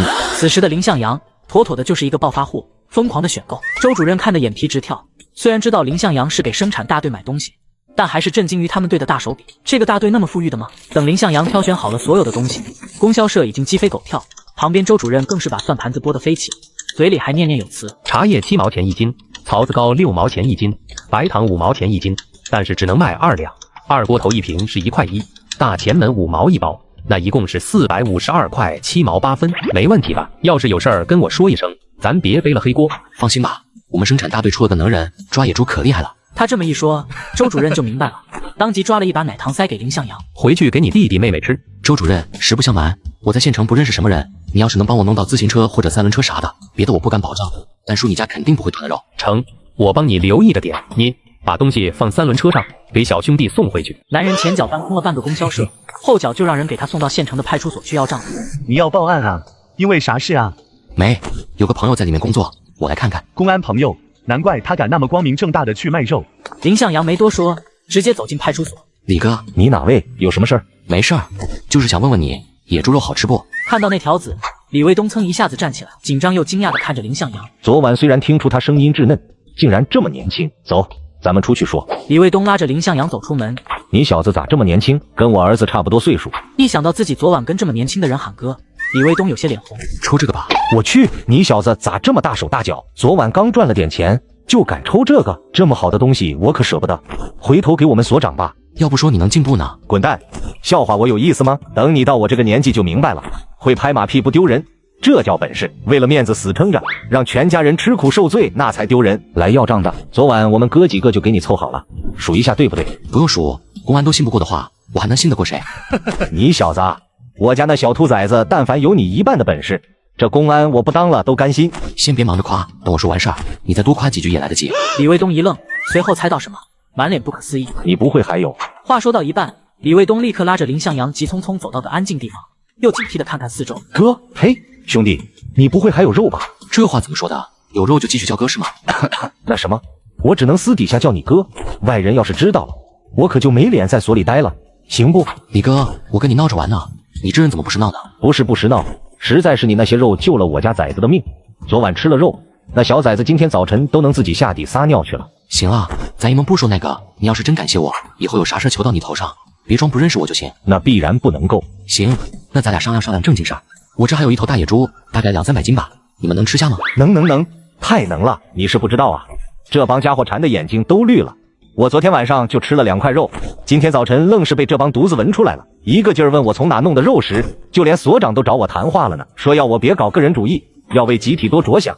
我正发愁呢。那你这样，借我用一下自行车或者小3轮，我去给你弄来。成，你在这等会儿，我马上来。李卫东立刻跑进派出所，不一会儿就带着个老者走出来。小伙子真是一表人才啊！所长过奖了，您先抽着。看到烟，所长眼皮一跳。他这级别虽然能买得起中华烟，但随便给人可舍不得。小伙子叫什么啊？多大年纪？从哪来的？听到这查户口式的盘问，林向阳愣了。所长，这小兄弟绝对没问题。所长冷冷看了他一眼，强大的气场让李卫东瞬间闭嘴了。林向阳很快反应过来，说出自己是哪个公社哪个生产大队的，村民、父母名字和自己名字也都说出来。所长给了李卫东一个眼神，李卫东无奈的去档案室验证。不一会儿，李卫东急匆匆的回来。李哥说没错，小兄弟别误会，实在是这段时间县城不安全，我被搞怕了。这个时期还有很多特务在潜伏，哪怕是县城也有不少捣乱的。没事，所长，你把小三轮借给我，我去给你拉来。行，但是这钱可能一下子给不了你。不着急，什么时候有什么时候给。欠债好啊，欠着感情就多了。所长也不让林向阳吃亏，给写了张条子，注明一斤多少钱，哪天来拿。林向阳看了一眼，还得是派出所大方，人家一斤5块5买，比供销社都要贵，顶多10来分钟给你们送来。派出所门口那小子拉着我东西呢，帮我看着点。李卫东赶忙答应一声，然后走到供销社小伙子身边，盯着他。这小子可拉着自己财神爷东西呢，可得盯紧了。那小伙子可被吓坏了，他哪被公安这么盯着过？蹲在3轮车旁边，不知道怎么的，就双手抱后脑勺上了。造孽啊！我就是来帮忙送个东西，怎么感觉要把自己送进去了？林向阳找了个没人地方，把意念空间一头野猪打晕，丢进3轮车里。要知道这些野猪都是直接被收进去的，在意念空间都处于时间停止状态，一旦弄出来就会活蹦乱跳。等他拉着沉重的大野猪回到派出所门口，所长高兴坏了，这一靠近可不得了，竟然发现野猪还喘气儿。咋还活着呢？啊，掉陷阱里摔晕了，应该晕不了多久。哎呦，快，弄到食堂绑起来。因为这野猪活的和死的可太不一样了，活着的价值会更高，处理好了也会更好吃。眼看着猪肉送到了，林向阳也就拿上条子，把3轮旁都快跪下的小伙子拎起来走了。向阳，有空常来玩啊。本来供销社的小伙子一心想着把林向阳送出县城就算了，可经过刚才的事情，小伙子一声不敢吭，闷着头给林向阳往家送。哥们，送到这就行了，你赶紧回去吧。兄弟别担心，我今天就算不上班，主任也不会说我的。再说你带着这老些东西，把你扔在野外，我也不放心啊。放心吧，我家里人一会儿就来接我。你要是回去晚了，可就分不到好肉了。一听这话，那小伙子顿时犹豫了。林向阳则是开始往地上搬东西。兄弟你真仗义，回头到县城找我，我请你吃饭。行，我回头就去。等供销社的小伙子走远，林向阳直接将所有东西收进系统空间，只是用刚才供销社送的袋子装着一些日常用品没吞了。男人为了合理卖掉空间里的玉米，他连夜直奔黑市，没想到竟然卖出天价，转身他就买空了半个供销社。接上集，林向阳刚进村，就看到大队长刘海正蹲地上唉声叹气的。可咋办？这地都旱得厉害了，明年怕是又要完蛋了。难道真要跟邻村人一样，全都出去要饭？听到这话，林向阳看向面前的农田，果然见到土地干的都裂开来，只有稀稀拉拉的几根麦苗。刘海见到有人蹲下，也没回头。回头叫上村里人去河里挑水吧，不然这麦苗真的就不过来了。明年能不能别给公社交粮了，或者少交点？已经少交了，别的村都上报亩产8000斤了，咱们村就正常报的，结果被批评了一顿。咋是你小子？一个小崽子在这装什么大人呢？林向阳也没废话，拿出一包华子丢过去。之前答应给您的。向阳，你从哪弄来的？我昨晚进城帮同学父亲治病，人家给的。治病？啊，对了，你在跟着大舌头学医呢。不过你咋这么快就能出去给人治病了？没问题吧？我以前在学校里学过，所以出师快。别他娘的闹！你爹吃苦受累那么多年供你读书，你这烟该给他。就算是你巴结老子，我也没法让你去大队当官。滚蛋吧！我还能亏待我爹啊？人家给我好几包呢。再说能给这个烟的家庭肯定本事不一般，我巴结人家不行吗？还非得巴结你？我就是看你这个大队长确实仁义，不像其他生产大队的人一样，为了点虚无的荣誉就逼着全村人断粮，甚至只能讨饭和饿死。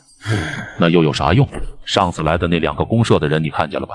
就是来批评我的，但也话里话外的敲打我，说明年产量要是再感冒低了，就要撤了我的大队长职位呢。那些人不知道下面老百姓什么样，都饿死人了。不利于团结的话不要多说。这一句话就对进林向阳的肺管子里了，半天说不出一句话来。在时代这种大趋势面前，林向阳哪怕是有空间，也真是无力回天。海叔，我先回家了。哎，你的烟？不是你的烟。说完，林向阳头也不回的摆摆手走了。看着他的背影，又低头看看手中的华子，还是忍住了没抽。回头帮这小子找公社安排个赤脚医生的工作，总不能白拿烟，顺带用这烟走走关系，看能不能保住大队长位置。林向阳拎着东西回到家，就看到自己娘打着哈欠，眼圈发黑。娘，没睡好啊？妈呀，儿子你咋一晚上没回来啊？没事吧？娘，你不会一晚上没睡觉吧？你不回来，娘咋敢睡觉啊？是向阳回来了吗？赶紧给我扎2针，让我睡一觉。你娘昨晚在炕上翻来覆去的，还不停的叹气，吵得老子一晚上没睡着。娘，没事的，我就是在同学家住了一晚上，顺带帮他爹治了个病，赚了点钱，又买了点东西。咱家啥都不缺，你还瞎花钱干啥啊？不留着将来娶媳妇？娘你自己看，我先去给我爹针灸。向阳，以后再出门，跟你娘实话实说，他那点胆子可经不起你折腾。我知道了。妈呀！儿子给我扎针，你叫个屁！他爹，我是不是眼花了？这是手电筒，快给我看看！刘红梅慌忙把手电筒递过来，林来顺左看右看，还小心翼翼地把开关往前一推，黄了，他爹黄了！你才黄了，亮了就说亮了。你俩这么紧张干嘛？不就是个手电筒吗？说完，他把手电筒拿过来，快速地拨动了几下开关，还丢到空中，任其翻了2个跟头。哎呦，你这兔崽子，那可是手电筒，整个刘屯除了生产大队有个公用的，也就2个在城里当学徒工的人有。你要是给人家弄坏了，我看你怎么赔！赔什么赔啊？这是咱们家的。咱家的？别闹，这手电筒可不便宜呢。这还没完呢。他开始从袋子里往外掏东西，搪瓷盆子、暖水壶、雪花膏、茉莉花茶，还有特地裁出来的10尺花布。你个没眼力劲的傻娘们，拿给我一个看看啊！刘红梅见到自己男人伸过来的手，没有递东西，却下意识地掐了一把。你个缺心眼蛋，掐我干嘛？我想看看自己是不是做梦呢。我的亲娘啊，咱家咋能有这么多好东西啊？他爹，我要是做梦可咋办啊？这些东西我都想要。娘，这就是咱家的东西，你不是做梦？咱家哪来的钱买这些东西啊？我给人看病赚来的，我还卖了半头猪。没被人看到吧？你挡好脸了吗？我上次听三大爷说城里逮住一个投机倒把的人，不但把东西都没收了，还给打断了1条腿和满口牙。娘，我有点饿了，你能给我做点饭吃不？对，你一晚上没回来，肯定饿了。娘去给你熬糊糊。娘，以后家里能别吃糊糊了吗？咱们喝粥就行，又不缺粮食。嘘，你这孩子喊啥？让人听见可咋办？反正你以后要是不熬粥，我就把玉米面送到大食堂去，到时候我跟着全村人一起喝粥，总好过在家里喝野菜糊糊。你这孩子怎么？瞧你种的这好苗！你小子就给我惹事儿吧，把烟带给我。爹，您抽这个。华子，哟，您还认识？小崽子瞧不起谁呢？我没吃过猪肉，还没见过猪跑啊！上次公社来人宣传集体主义好的时候，我看那宣传员抽了一根，听说贵得很。还行，那我也尝尝。我还以为你要和我娘一样不敢抽呢。也就你娘一辈子啥也没见过，你老子当年也是吃过人参鲍鱼，进过皇宫，见过王爷的主。爹，咱家以前真是地主啊。对啊，不过你太爷爷在大学当过教授，挺有文化的。我去，大学的教授，那自己太爷爷绝对不是籍籍无名之辈，甚至有可能都是顶尖大佬啊。哦，对了，你太奶奶是北大的老师，在顶尖大学当过教授的太爷爷和在名校当过老师的太奶，这家世这身份，过几年都得是住牛棚的主。等等，不对啊，我太爷爷太奶奶那么厉害，还那么喜欢你和培养你，爹你咋？别打，你错了。这个男人重生回到60年代，好不容易搬空半个供销社，没想到亲娘和嫂子炸锅了。接上集，林向阳来到了大哥家，大哥正对着院中审讯以前发愁，妮子则是在一边模仿着父亲皱眉。听到开门声，一家人同时回头看去。小叔叔，妮子乖，小叔叔给你个好东西。小叔叔，你要给我什么呀？看着啊，变。他本以为妮子会高兴无比，谁想到小妮子却只是迷惑地看着。小叔叔，这是画吗？画的真好看。林向阳一愣，随即反应过来，妮子根本没吃过糖。张开嘴。小叔叔，甜，好甜。这时妮子突然用力咬了2下，将奶糖吐到小手心里。小叔叔，你吃，你也吃。好妮子，你吃，叔叔不吃。林向阳稀罕地抱紧妮子，用自己的脸去蹭她的小脸，却发现她脸很粗糙，竟然长皴了，连忙带着妮子走向水缸，打算给妮子洗脸，抹上雪花膏。向阳，你给妮子啥了？啥甜不甜的？小叔叔，放我下去。娘，你吃。糖？这咋是糖啊？向阳，你快拿走，给咱爹吃去，补身体。说完，王春兰把半块糖拿过来，又伸手去扒拉小妮子的另一只手，把她紧紧攥着的奶糖抢过来。小妮子顿时嘴巴一撇，马上要哭出来。你敢？大嫂，你就给她吃吧，我昨晚进县城买了不少，还给你俩带了点东西，一会儿大嫂你去找娘拿。向阳，你咋瞎花钱？给我俩带啥东西啊？还买糖吃？那小丫头再被你给喂馋了。你弄水是要洗脸啊？满仓赶紧给向阳拿毛巾。说完，马不停蹄地往院子外走。毛巾在屋里，自己拿。林向阳给妮子用温水洗了洗脸，随后他拿出雪花膏给妮子脸上抹起来。住手！你干啥？这是雪花膏哟，哥你挺有见识啊，竟然认识雪花膏。你咋这么败家子呢？这么贵重的东西，你买它干啥？就算是买了，不能给咱娘用吗？小妮子知道啥，你就给她用。一边去，咱娘会没有吗？再说你懂个屁，我家妮子就该香香软软的，难道将来要跟你一样，才30岁就又老又丑？说着，他把雪花膏给妮子抹在脸上，妮子一个劲儿闻自己小手，那奶香味让他很是雀跃。小叔叔，你闻，妮子可香了。哎呦，妮子咋这么香啊？跟小猪蹄似的，让我咬一口。小叔叔，我想让娘和爷爷奶奶也闻闻妮子香不香。行。等他进屋一看，好家伙，之前他拿回来的那些东西还摆在桌子上，一动没动过。嫂子正轻轻抚摸着暖水瓶，但见到林向阳，他烫着一般缩回手。向阳啊，嫂子就是看看。看啥？那俩暖水瓶有你家的一个啊？不行不行，这一个暖水瓶应该5毛，至少得8毛钱呢。嫂子，你想多了。我这暖水瓶又不是买给你和大哥的，我是买给妮子的。另外，你家我放了一盒雪花膏，以后每天早晨给妮子洗脸抹上，脸就不会长皴了。娘奶奶，你们闻闻，妮子可香可香了。香个屁！你个丑丫头，用啥雪花膏？那么贵的东西，小叔给你就敢用？还有你哥也真是的，怎么不拦着点啊？这么好的东西咋也得给咱娘用啊？哎呦哎呦，我可不用。向阳还能退吗？对，退了去吧。货物售出，概不退换。你俩要是不怕被供销社的人揍，你俩去。婆媳俩当即对视一眼，竟是发了狠。向阳，把袋子给我，我去退东西。娘反正也不是第一次挨揍了，揍一顿就揍一顿。娘，我跟你一起去，到时候让他们揍我，我扛揍。炕上的林来顺看了一眼自己儿子，真是个傻小子，放下放下，退啥退？那买东西的钱早就上交集体了，你们现在去把钱要回来，这就是影响发展。林向阳无语的看着自己老爹，心说你糊弄啥小子呢？谁想那婆媳俩还真害怕了，脸都白了。不退了，不退了！林向阳看着已经被吓傻的婆媳俩，当即把东西分成2堆，一堆是自己家的，一堆是大哥家的，暖水壶和佐料啥的也都有，就是少了搪瓷盆子之类的物件，手电筒也没给。这东西太扎眼了，一家竟然有2个手电筒，这不是找事儿？谢谢娘，谢谢向阳，我会一直记着你们的恩。向阳，以后你有啥事就找嫂子，嫂子虽然没文化，但干活还是可以的。要不是嫂子给小叔子磕头不合规矩，王春兰现在都想给林向阳磕个头。正巧这时候林满仓也过来了，看到地上那些东西也惊呆了。弟弟咋能弄来这些东西？这都是城里人才能用的好玩意儿吧？可真有本事！一念及此，又想到昨晚媳妇的话，林满仓也忍不住动了心思，涨红着脸望向林向阳。向阳，你这么有本事，能不能给小虎？满仓！王春兰连忙打断了林满仓的话，跑过来一把掐住他的腰间软肉。等晚上我们再过来拿东西，白天人太多，我怕村里人看到。说完，王春兰急匆匆拽着林满仓出门去了。你咋那么不要脸呢？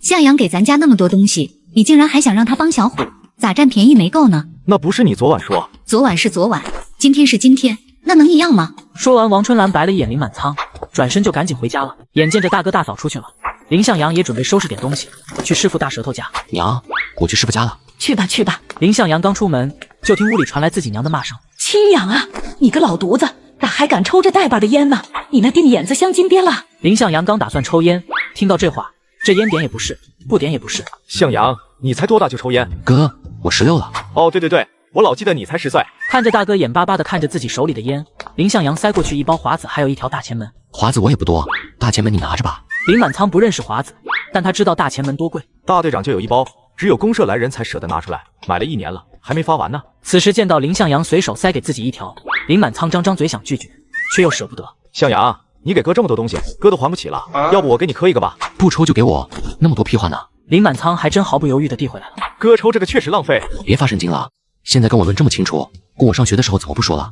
这些年你不光养着自己家，还要养着爹娘的事儿，咋不说了？大哥，咱俩是亲兄弟，没有那么多弯弯绕绕。我给你的东西肯定是我赋予的，在我心里，你的排名在妮子后面呢，嫂子都比你靠前。你有文化，哥听你的，以后你让哥干啥哥干啥，就是别老给东西了。林向阳笑了笑，转身就去了师傅家。等他拎着东西进门，发现院子里除了师傅师娘，还有一个抱着孩子的少妇，以及一个魁梧的青年。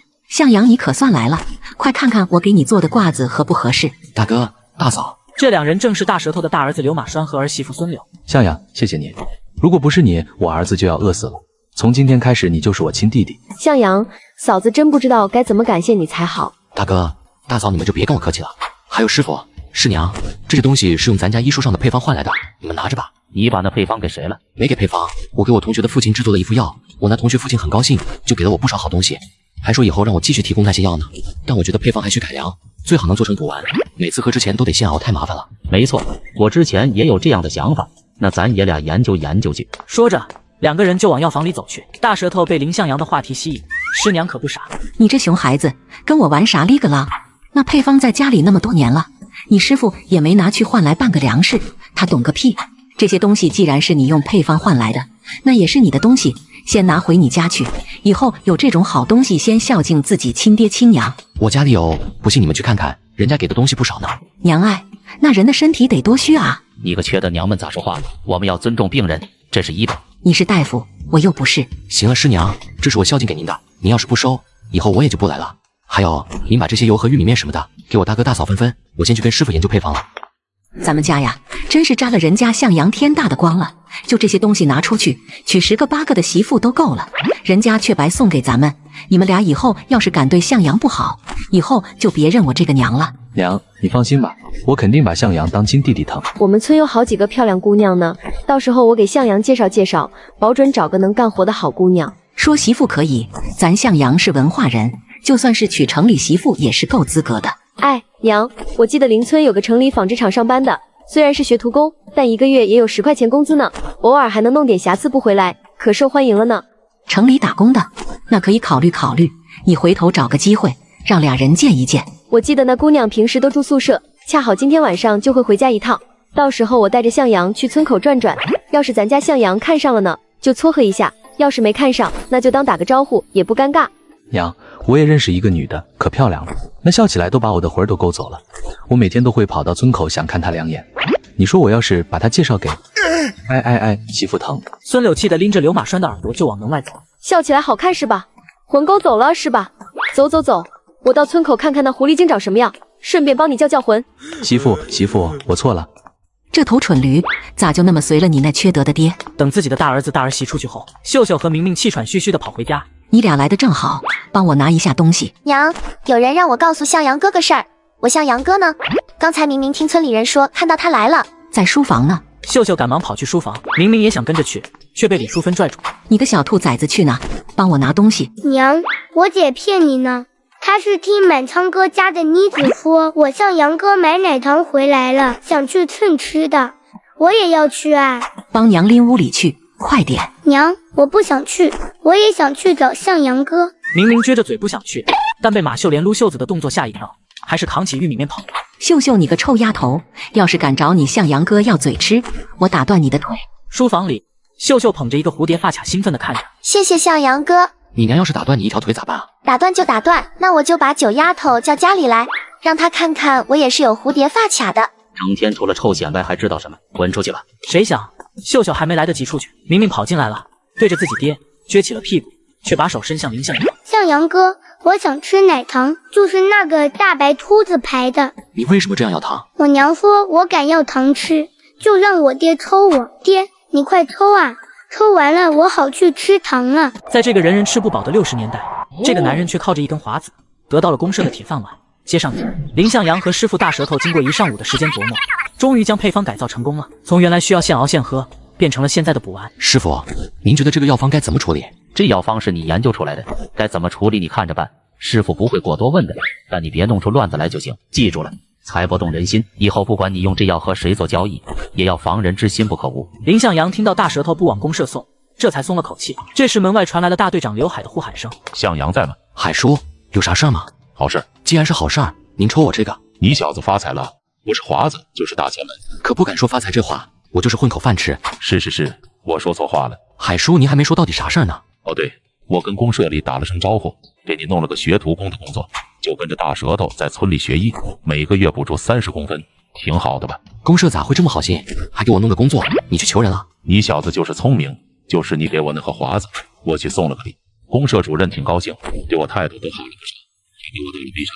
听说我还得感谢你小子呢，以前我去公社可没这待遇，都是横眉冷眼的，嫌我报的粮食产量不够。没想到这个年月的人那么容易满足，1包烟就安排了个工作。刘海这个大队长甚至还因为主任给到了1杯茶就吹嘘起来了。”“行了，你赶紧回家把这事告诉你师傅还有你爹娘，他们肯定高兴着呢。以后你就跟着大舌头好好学，别看工资不多，但大小是个正经工作，而且1年就能转正，到时候有可能调到县里去工作呢。”刘海鼓励一句，转身就走了。向阳，大队长找你啥事儿啊？林向阳把学徒工的事情说出来，师娘顿时高兴的不行。真是大好事儿啊！你是不知道，这2天你师傅一直惦记着去公社给你找人办这个事儿呢，但因为没有关系不好处理，本打算明天拿着2斤肉去公社走一趟，没想到就成了。林向阳有些惊讶，没想到自己师傅不声不响的，一直想着自己工作呢。看来他之前一心想把配方往公社里送，估计就是惦记着这事儿吧。谢谢师娘，也谢谢师傅。好了好了，这有啥好谢的？赶紧回去告诉你爹娘一声，他们指定很高兴。林向阳答应一声，回家去了。果然把这个消息一说，老两口高兴得不得了。公分倒在其次，这可是个正经工作，任由爹娘在家里高兴。林向阳出了家门，却发现妮子正一个人蹲在门口，无聊的用小棍在地上画圈圈。妮子，你咋不去跟小朋友们玩啊？他们不带我玩。为啥？他们嫌我笨，都不会用土和小棍儿搭房子，我弄了好多次都不行。小叔叔，妮子是不是很笨呀？我们妮子不笨，你在这等着叔叔，一会儿我给你带个玩具回来，好不好？真的吗？小叔叔什么时候骗过你？林向阳捏了捏妮子已经略微有点肉的小脸，转身走向山上，将一些粗壮的树干收进空间里，然后利用意念空间分割木料，仔细打磨。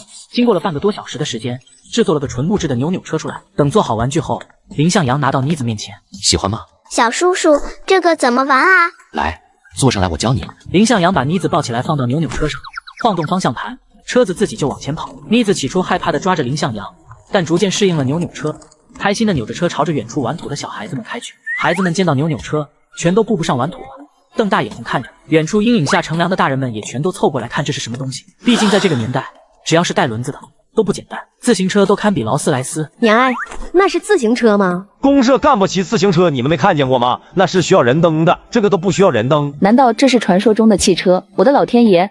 妮子，你可别走啊！我叫我当家的来看看，他还没见过大汽车呢。对，我也叫公婆来看看，他们一高兴，说不定以后就不打我了。一群人全都以为这是汽车，兴奋得不得了，连忙都去喊自己的家人来围观。而那些小孩子自然更加稀罕，全都跟在妮子后身边，眼巴巴地看着。这时生产队长杨树林走过来，向阳，我听说你弄了个会自己动的汽车，让我看看。不是什么汽车，就是孩子的玩具，原理很简单，无非是利用了离心力和摩擦力而已。什么力？离心力和摩擦力，中学物理会教。哦，离心力和摩擦力吗？刚才我没听清，还以为是什么了不得的东西。不愧是中学生啊，懂得真多。谁说不是呢？你看那木匠手艺都好，我觉得都能带徒弟了。向阳，你收徒弟不？我儿子可聪明了，让他跟你学本事吧，随便你咋使唤他都行。向阳，你今年也16了，婶子家的闺女配你正合适，你见见。众人热情地介绍着自己闺女和儿子，林向阳却尴尬至极。没想到一个扭扭车引发了这么大的连锁反应。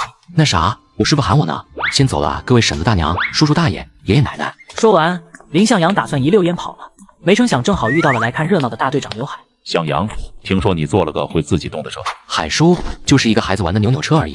这东西倒是新鲜，能做成大车吗？拉货耕地什么的？不能，这东西要的就是小巧，再大一点都不如自行车用着灵活。这样啊，那你回头给我多整几个，我送公社去。放心，不让你小子吃亏，我给你算公分。叔，这东西你能给我多少公分？一辆小车，我算你用3个月吧，给你1000公分，行不？1个公分是5分钱，那1000公分就是50块钱。好家伙，这比后世的扭扭车卖的都不便宜了。可以啊，不过这小车不是我做的，是我大哥做的。满仓，我倒是知道他最近研究木工呢，这小子是个天才啊，竟然都能做出这玩意儿来了。可不是嘛，我哥挺有本事的。那行，我去找满仓叔。叔，你又不是不知道我大哥憨得要命，你这种大官找他说话还不把他吓死？这样吧，我帮您去传个话，保证把这事给您办得漂漂亮亮的。林向阳用自己空间做的玩具车给大哥争取到了1000个公分，连忙跑到大哥家，把这个消息告诉他。你说啥？让我造车？不是汽车，只是一个小玩具车。说着，他将妮子从扭扭车上抱下来，将车递给自己大哥看。这东西做工真好，真厉害啊！我可做不出来。那你学啊？这哪能学得会啊？海叔说了，一个车1000公分，好像也不是很难学。只要你能做出一辆车，几个月都不用干活，而且掌握了这门手艺，还能去县城家具厂工作。什么？还有正式工作？真的假的？向阳，你可别骗哥啊！只要你掌握了这门手艺，正式工没问题。好，那我就研究研究，争取早点搞明白原理。看着大哥蹲下认真研究起来，林向阳也不打扰他，转身就上山了。他还想再抓点兔子、山羊什么的，总吃猪肉也容易腻。想着这些，他不自觉的就走入深山里。他忽然看到一个被草包围的地洞，洞口不大，不像是野猪，倒像是兔子洞。终于能换别的口味了。随即从空间拿出一大把嫩玉米粒碾碎，将玉米粒丢在洞口。林向阳则是蹲在旁边等着。不一会儿，一只兔子就被香甜的玉米味道吸引出来。林向阳朝着兔子脑袋一拍，兔子立即被送进意念空间。林向阳用这个办法又抓了3头大野猪、6只野兔，还有7只野鸡和一些野鸽子，这才乐呵呵的下了山。等出山后，把野鸡和野鸽子都装进麻袋，打算自己家和师傅家一起过。等他来到自己师傅家门前，却发现这里围着不少人。一打听才知道，原来是村民李大根挑水的时候，因为营养不良加劳累过度，昏迷在了农田里。听到这些，林向阳拎着麻袋进了院子。大根，你挺住啊！你要是这么走了，可让一家老小怎么活啊？他爹都怪我不好，非让你去干活赚工分，你醒醒好不好？以后咱们不干活了，咱们去要饭，求你了，醒醒啊！爹，你醒醒啊！爹！院子里站着帮忙把李大根抬来的人，都是满脸心酸的扭开头，谁都不忍看。大家都知道，李大根就是纯饿的，给点吃的就好。可这年月谁家有余粮？接济了李大根，自己家里人也会沦落到这个下场。这时，一个小男孩忽然跑过来，推了推地上昏迷的李大根。爹，你别在这睡觉了，我肚饿了，咱们回家吃糊糊好不好？要不你让我喝口水也行，我肚子咕咕叫呢。看着那麻杆一样的无知小孩，林向阳实在是看不下去了，找到发愁的刘海，从麻袋里掏出3只野鸡递过去。叔，你把这个拿去大食堂炖了吧，先给大根叔弄碗鸡汤来保他一命，剩下的就让大家都吃点荤腥，常年不吃油腥谁也扛不住。看到那3只野鸡，刘海和杨树林蹭一下起身，旁边村民们听到这话，也都吃惊的看向林向阳。向阳，你行，你小子真行。